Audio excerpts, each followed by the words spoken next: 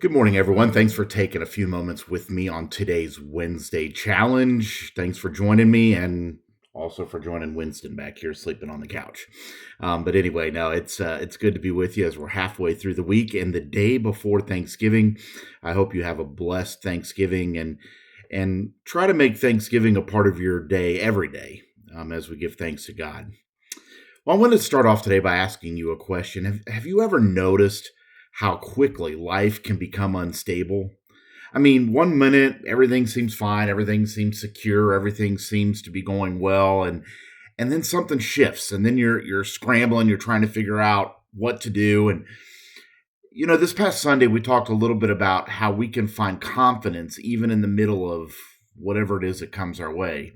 And the truth is that confident faith isn't about having a stable life. No, it's about having a stable God.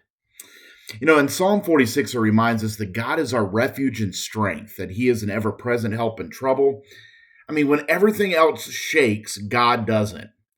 See, living your faith with confidence begins right there by standing on the only foundation that won't crumble. But it doesn't stop there because confident faith isn't just passive. It just doesn't sit back and hope things just turn out okay. No, it watches, it listens, it pays attention to God's leading.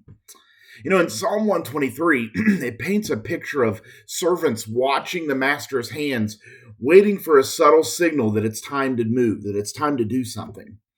And see, that's how God wants us to live. He wants us to live with our eyes up and our hearts ready and our spirit alert and our hands ready to serve. You know what? As you watch, though, too, you can also trust. In Numbers 23, it says that God doesn't lie. So if God's made a promise, He intends to keep it. But here's the challenge for you and me, and this one can be a little bit tricky for me. We have to trust God's timing even when it's not ours. We have to trust that God's way of doing things is the better way, even though it's not the way that we would have done it. See, if we want to have confident faith in the face of fear, it's built on remembering that God doesn't fail us. He hasn't failed us before, and He's not going to fail us now.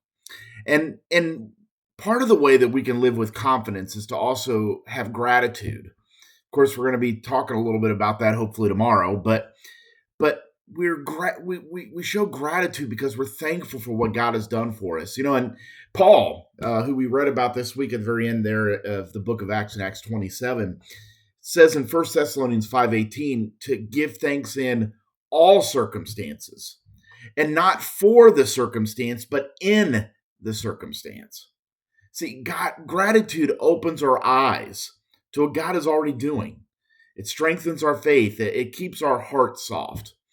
So I want to invite you this week to stand on God's stability and let Him lead you. Trust His promises. Be thankful.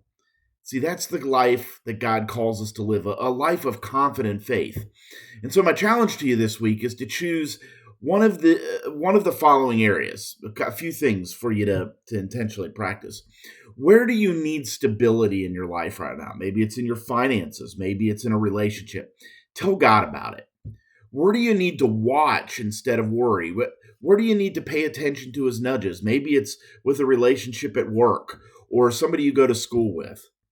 And what promise do you need to hold on to? And write it down, like put it right in front of you. I know I do that in front with my computer sometimes. I write a sticky note and I'm reminded of His promises.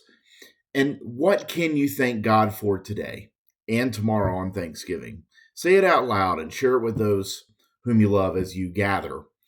You know what? God wants us to grow in our confidence in Him, not in ourselves or anybody else or anything else, but in Him. And so this week, let's take some steps to do that.